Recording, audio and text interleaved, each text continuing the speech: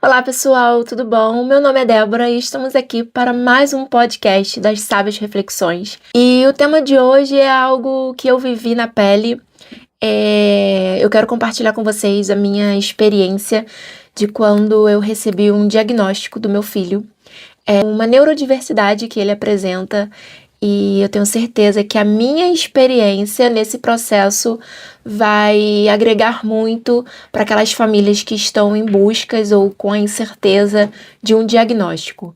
Então, o nosso tema de hoje é o diagnóstico. E agora? O que a gente faz? Esse processo foi cheio de incerteza, cheio de medo, cheio de insegurança, muita negação. Ao mesmo tempo que eu queria a resposta, eu queria fugir dela. Eu não conseguia entender por que meu filho tinha certas dificuldades. E é um processo muito doloroso, é um processo muito cansativo, é um processo que causa muito medo, né?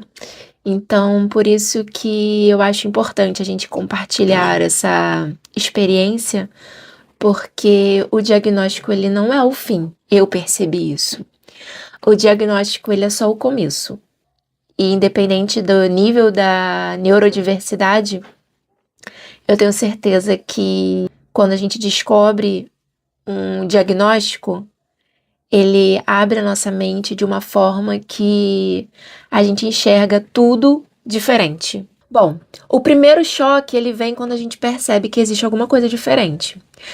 O Yuri, ele é o meu filho, hoje ele tem 10 anos, e quando ele nasceu de 36 semanas, e foi muito espontâneo, assim, o nascimento dele, não tive nenhum problema, nenhum contratempo, minha bolsa simplesmente estourou, e ele nasceu bem antes do previsto. Mas, de acordo com os médicos, isso não significa que foi por conta disso que ele tem autismo. O Yuri, ele foi uma criança muito quieta, muito comportada, muito obediente. Isso, bebê, né? Ele não era... Teve todo o processo dele dentro do padrão ali, né? Esperado pelos pediatras. Ele andou certinho, ele engatinhou certinho, ele teve um desenvolvimento dentro do esperado. Porém, como eu era professora, eu trabalhava numa creche, eu precisava levar ele comigo para a creche. Ele não se adaptou em momento algum à creche. Ele chorava o tempo inteiro. Ele só parava de chorar quando eu chegava dentro da sala. E sempre me incomodou, né? Mas, como a gente sabe que isso acontece, eu fui deixando e fui levando, assim. Ele chorava dentro do ônibus quando eu ia trabalhar. Eu não dirigia na época, então eu ia sempre de ônibus todo dia. 7 horas da manhã tava eu no ônibus e o Yuri chorando. Eu voltava de ônibus e o Yuri chorando. Era um chororô só. Isso ele com 5, 6 meses e foi assim até ele fazer 1 ano. E até que eu pedi demissão. Não deu pra ficar daquele jeito, era um sofrimento, era um martírio muito grande, ele chorando daquele jeito todos os dias pra eu ir trabalhar. E aí o pediatra falava assim, Débora, calma, é adaptação e tal, espere. E, enfim, gente, arrumei um outro emprego perto da minha casa, deixei ele com a minha cunhada, que já estava acostumada com ele e tal, mas ele não se adaptava de jeito nenhum com ninguém. Ele chorava até com o pai. Ele chorava com o pai. O meu marido chegava do trabalho, tipo, umas 9 horas, 9h30 da noite. Se ele tivesse acordado, ele não ia com o Ney de jeito nenhum. Ele chorava o tempo todo. Esse ponto dele só querer a mãe, isso foi cansativo. E essa parte foi muito cansativa. E aquilo dali até então não me chamou atenção, gente. Porque a criança, ela se apega realmente a alguém, né? E um alerta ali me chamou a atenção. Quando ele fez 2 anos, e aí o meu marido deu pra ele um conjunto de carrinhos. O Yuri, ele enfileirou todos os carrinhos e dividiu por cores. E eu falei, opa, peraí, por quê? Por que meu filho não tá brincando com o carrinho? Ele já tinha 2 anos. Por que ele não tá brincando com o carrinho? Por que ele tá enfileirando o carrinho? E por que ele está dividindo por cores? Amarelo do lado do vermelho, do lado do laranja, o verde do lado do azul. Aquilo me chamou muita atenção e eu conversei com o pediatra dele na época sobre isso. E aí o pediatra dele falou assim, bom, agora é a hora. Vamos encaminhá-lo para o neurologista. Aí eu, oi? Aí ele, vamos encaminhá-lo para o neuro. E assim foi. Com 2 anos começou a minha jornada numa investigação que eu não quis aceitar. Uma coisa que a gente tem que entender, gente, é que o diagnóstico, ele não muda o que a criança é. Ele não tá ali pra rotular a criança. Ele só tá ali pra confirmar algo que já existe, tá? Algo que já nasceu nela. Então, eu tive que trabalhar isso na minha mente quando o neurologista virou pra mim e falou assim: Débora, vamos colocar o Yuri de volta na escola. Ele já estava com 2 anos, ele precisa se socializar com outras crianças pra gente poder entender como que vai ser esse processo pra ele. E ele precisa socializar. Ele não tinha outra criança, a não ser a minha filha, que já tinha quase 9 anos. E ele falou assim, ele precisa se socializar com outras crianças. E assim eu fiz. E foi a parte mais dolorosa pra mim, gente. Porque ao longo de um processo de 1 ano, do Yuri entre quase 3 anos, quando eu botei ele de fato no colégio, até o final do ano, o Yuri ele só fez 2 amigos. E o Yuri ele chorava todo dia. E eu ficava na porta da escola, quer dizer, na esquina da escola, esperando ele parar de chorar. Ele chorando dentro da escola e eu chorando na esquina. Foi um momento, assim, bem difícil, sabe? E ao longo de todo esse processo de 1 ano, enquanto eu tava ali na porta da escola, né? O Yuri, ele só fez 2 amigos.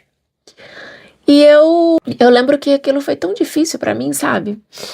Porque o Yuri, ele sempre foi uma criança muito carinhosa, o Yuri, ele sempre foi muito bonzinho. Ele é assim até hoje. O Yuri, ele sempre foi muito carente de atenção, carente de cuidado, de abraço. Ele gosta de abraçar, ele gosta de beijar, ele gosta de tudo. E eu ficava assim, mas autistas não gostam de contato, autistas não gostam de abraço. E ele era o oposto, ele sempre me abraçou, ele sempre me beijou. E eu não conseguia entender por que meu filho era autista se ele seguia ao contrário do que o manual diz, né? O que as pessoas acham que é. Ai, gente, como foi difícil. E a ficha caiu de fato pra mim, né? Nesse ponto eu ainda não tinha um diagnóstico. A escola que o Yuri estudava, eles tinham uma página no Facebook e eles colocavam vídeos, né, da semana, de algumas atividades na página. E a gente acompanhava de casa. E eu nunca vi o Yuri nos vídeos. E aí, eu conversei com a professora dele. E eu falei assim, tia, por que o Yuri nunca tá nos vídeos da turminha quando vocês postam no Facebook? E ela virou pra mim e falou assim, Débora, o Yuri ele não gosta de participar de nada. De nada. Todas as atividades que são em grupo, o Yuri não quer fazer. Ele só gosta das atividades que é sozinho, que é individual. Não gosta de pintar a mão, ele não gosta de botar a mão na massa, ele não gosta de nada que suje ele. Ele só gosta de pintar quando ele quer e fazer atividade. E aquilo dali só feria o meu coração. O Yuri, ao longo do processo escolar dele, nesse período, o Yuri não falava. O Yuri, ele não desenvolveu a fala dentro do padrão. Foi a única alerta que saiu fora da curva, assim, né, no padrão de desenvolvimento infantil. Ele não falava aos 3 anos.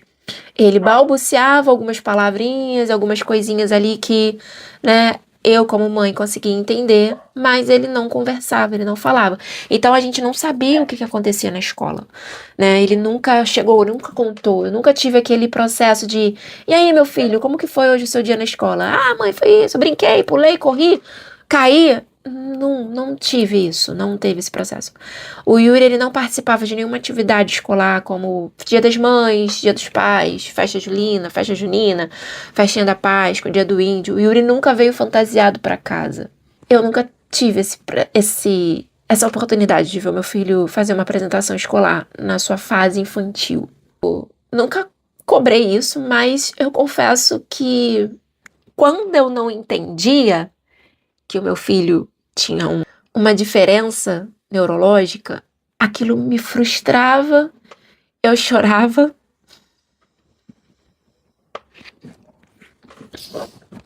E eu só queria entender por quê.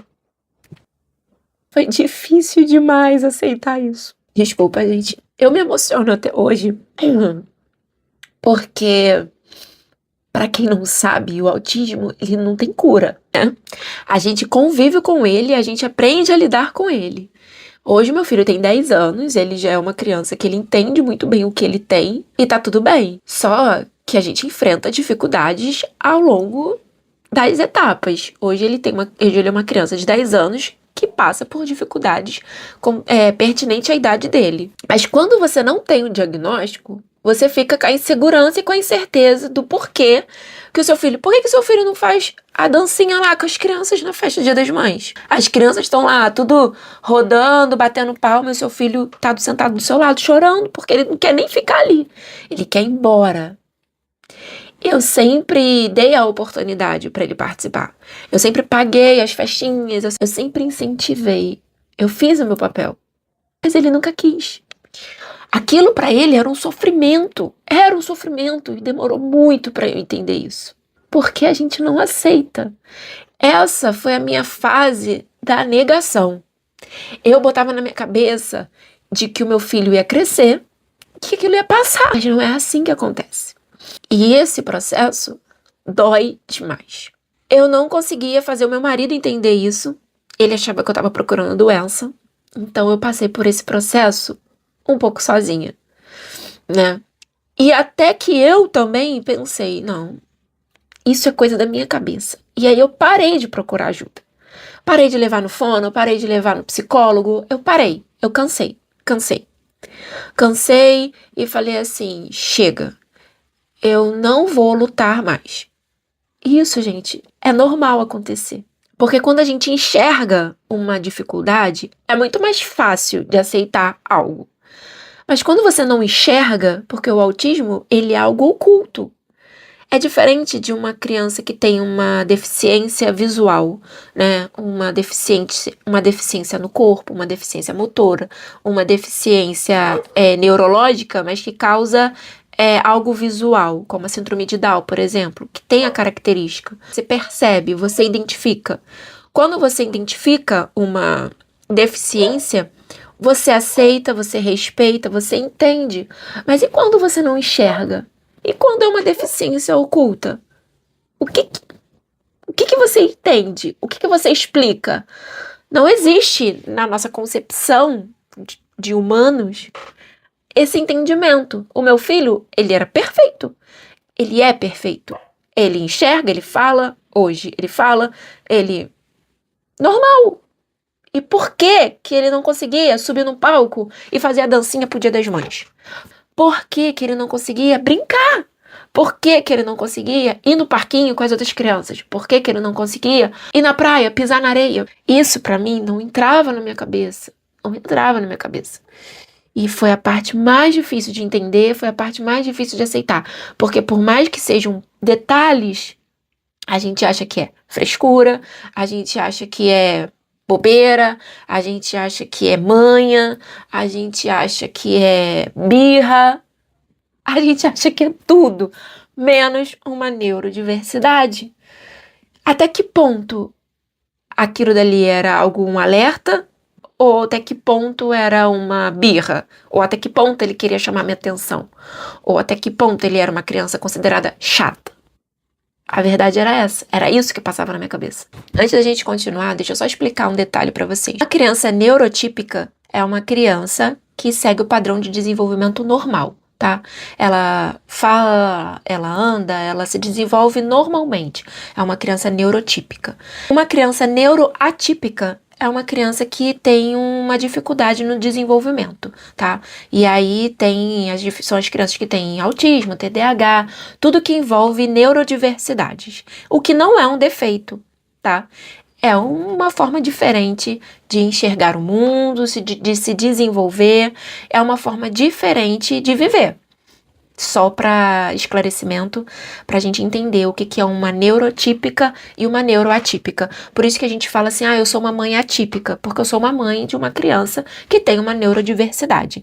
Então, uma mãe que tem um filho com TDAH, um filho com TOD, um filho com autismo, tá? Um filho com síndrome de Down, enfim. É só essas nomenclaturas que a gente tem que entender aí ao longo do processo aí. Bom, pessoal, o diagnóstico, ele nunca é apenas da criança. O diagnóstico, ele impacta toda a família. E, infelizmente, né, como esperado, o peso, ele recai sempre sobre a mãe. Porque é a pessoa que a criança geralmente pega mais vínculo, né, mais apego. Mas é importante, gente, é importante que toda a família tenha ciência do que está acontecendo. E é super importante que toda dor seja compartilhada. A gente não pode jamais carregar esse peso sozinha. A família ela precisa se alinhar e se estruturar para trabalhar esse diagnóstico em conjunto. Eu lembro que quando eu recebi o diagnóstico do Yuri, o neuropediatra é ele que dá o diagnóstico, né? E aí ele falou pra mim assim, que tá o encaminhamento pro Yuri, pra ele fazer as terapias, ele precisa continuar com a psicóloga, com a terapia ocupacional e com fono. São as necessidades que o Yuri tem até hoje. Ele falou assim, você também.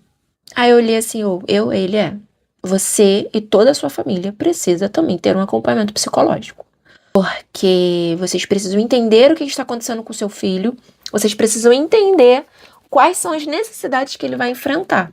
E isso, vocês também precisam de terapia, porque não é fácil. Então eu entendi naquele momento ali que não era só o meu filho que era impactado com o diagnóstico, e sim toda a família.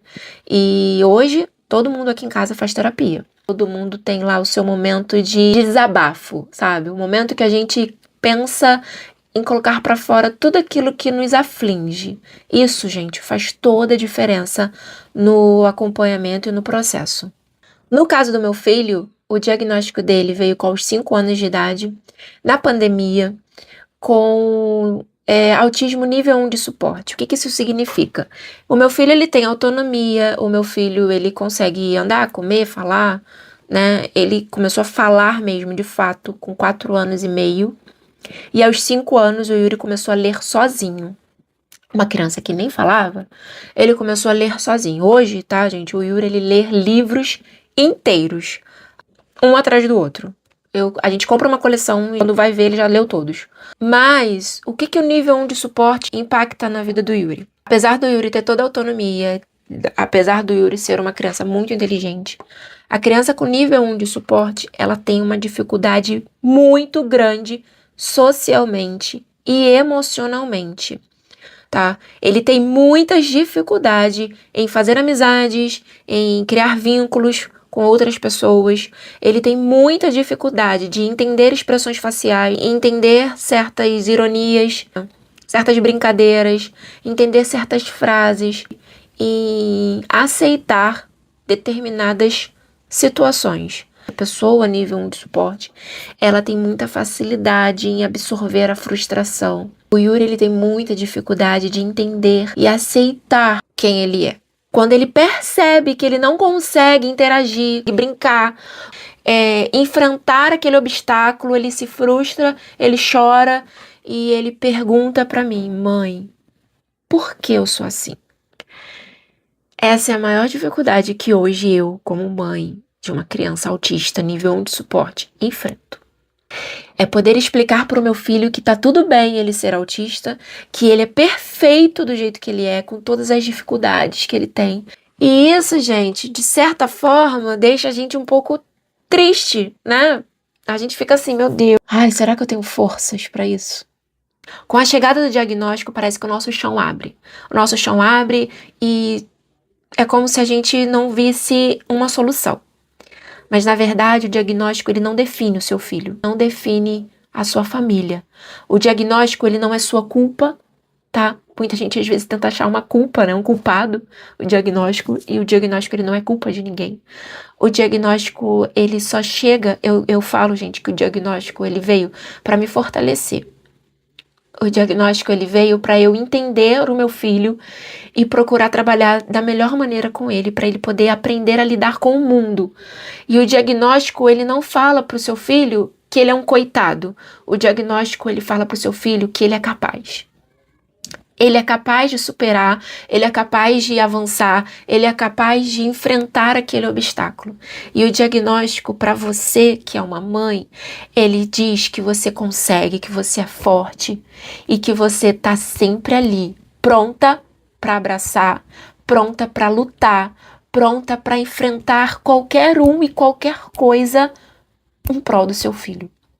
Cada criança, ela tem o seu ritmo, cada criança, ela tem o seu jeito.